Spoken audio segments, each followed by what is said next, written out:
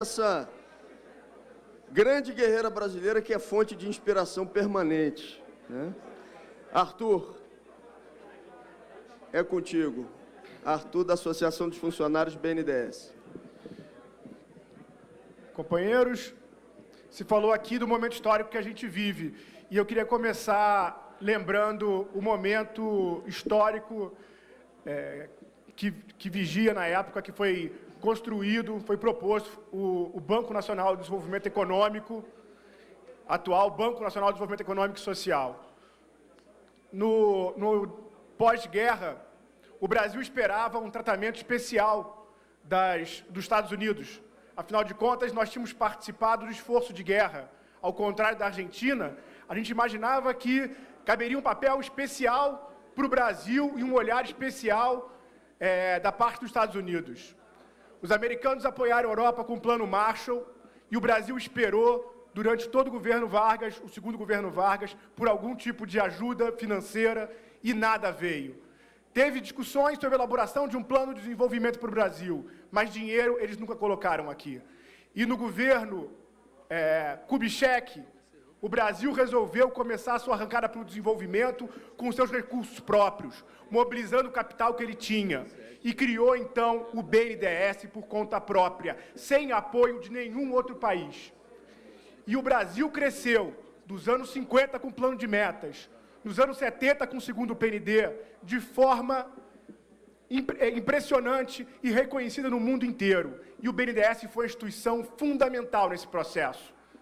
Tem vários registros na história da literatura econômica brasileira que mostram a centralidade do BNDES, tanto nos anos 50 como depois nos anos 70. Nos últimos 30 anos, o BNDES tem lutado para defender o que tem de mais moderno na economia brasileira, lutando contra uma conjuntura macroeconômica, em geral, contrária ao investimento, contrária ao crescimento, contrária, enfim, ao desenvolvimento do país. Mas é lógico que é o BNDES contra uma taxa de juros sempre elevada.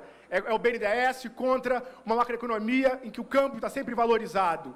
Mas, mesmo assim, o que a gente conseguiu reter de moderno, a gente deve, sim, ao apoio do BNDES.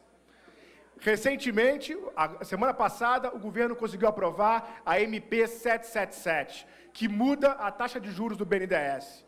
A MP 777 significa o total empoderamento da Selic e do Banco Central sobre a economia do país. Significa que agora a política monetária, que se notabilizou nos últimos 30 anos por ter as maiores taxas de juros do mundo, também submete a sua influência ao investimento sem nenhuma proteção. Submete a influência sobre o investimento produtivo, sem nenhuma proteção. A MP 777 significa que o investimento de longo prazo do Brasil, o investimento da infraestrutura no Brasil, vai ficar por conta do capital internacional. E o Estado vai fazer o quê? Vai assumir o risco cambial que vai ter. E quando tiver uma próxima virada cambial, quem é que vai pagar a conta? Vai ser o Estado Nacional, como fez no passado. E não importa se eles vão estabelecer esse mecanismo de cara ou depois. No meio de uma crise cambial, com várias empresas falindo, o que a gente vai fazer se não assumir essas empresas? Isso já aconteceu no passado. É isso que está se montando agora. E eu queria, então, deixar aqui primeiro um agradecimento aos parlamentares, Erundina, o Glauber, o Patrus Ananias e tantos outros que resistiram bravamente naquela sessão madrugada dentro à passagem dessa medida provisória. E queria também lançar um alerta para os parlamentares e para os outros movimentos populares. Os economistas neoliberais se mobilizaram por conta de todas as reformas que estão acontecendo no país, mas nenhuma reforma contou com maior apoio e maior engajamento do que a mudança na taxa de juros do BNDES.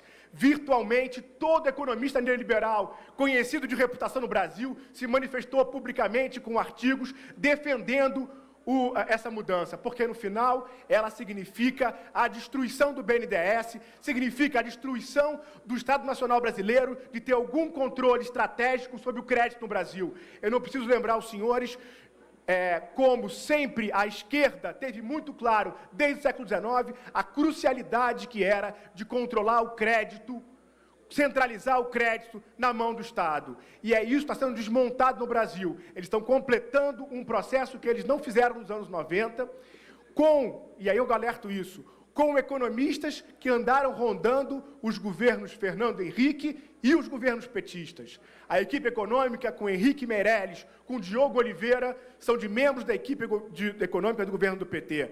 E temos agora o Ilan Goldfunk, que foi da equipe do governo Fernando Henrique. Esses caras estiveram aí rondando esses governos, influenciando. Mas com o governo corrupto do Michel Temer, eles assumiram total poder. Sim. O significado fundamental do governo Temer não é que é um governo corrupto que ele é que ele deu poder pleno à quadrilha de maiores fanáticos liberais que já pilotaram esse país. E é essa quadrilha que a Rede Globo defende. A Rede Globo pode acusar o Michel Temer, mas no fundo eles estão defendendo a próxima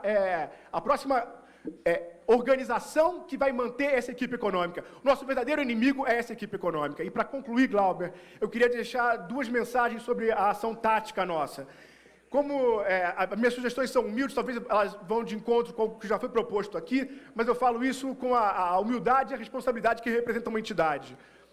Eu acho, em primeiro lugar, nós podemos radicalizar, talvez devemos radicalizar o movimento, mas há muito que se fazer para ampliá-lo. E eu acho que, nesse sentido, a gente tem que ter claro e separar essa agenda programática desse movimento aqui da agenda eleitoral. Eu acho que isso é fundamental, porque a agenda eleitoral divide os brasileiros. E isso é bom que divida, não é ruim, mas para o nosso movimento é ruim. Nós temos um programa aqui, é defesa das empresas, é contra o desmantelamento do Estado. E essa junta muita gente que não está aqui com a gente. Nós temos que trabalhar. Os brasileiros estão confusos. E quem não estaria. E é justo que estejam confusos. A conjuntura tem sido muito confusa. Então, o primeiro alerta é esse. Nós temos que trabalhar para ampliar, para trazer mais colegas do nosso lado. Em segundo lugar, é uma sugestão que pode parecer uma coisa menor ou operacional. Mas eu pergunto o seguinte: por que o movimento nosso não está maior? Por que o movimento da greve geral, bem-sucedida que houve, a primeira greve geral, ele não se expandiu? Eu vejo, como participante das passeatas, um problema sério, que é a atuação dos movimentos de rua. Na rua, infelizmente, nós não temos a possibilidade de fazer essas reuniões aqui, de assistir discursos de políticos, discursos de entidades, porque elas sempre acabam com explosões, com bombas policiais. Nós não controlamos a polícia, mas nós controlamos parte do movimento social. Nós temos que ter alguma resposta para aqueles que criam uma situação que propicia a infiltração da polícia e provocam a polícia. Nós temos que assumir isso de frente. Nós não podemos mais ser coniventes com isso. Então, eu tenho essas 2 sugestões táticas. De um lado, vamos separar os movimentos. Na eleição, cada um vai escolher seu candidato. Eu quero poder escolher meu candidato e cobrar dele um programa. Eu não vou passar cheque em branco para ninguém. Eu vou cobrar um programa de todos os candidatos e eu quero garantir que a gente possa, crescentemente, ocupar as ruas. Muito obrigado, colegas. Muito obrigado, Arthur.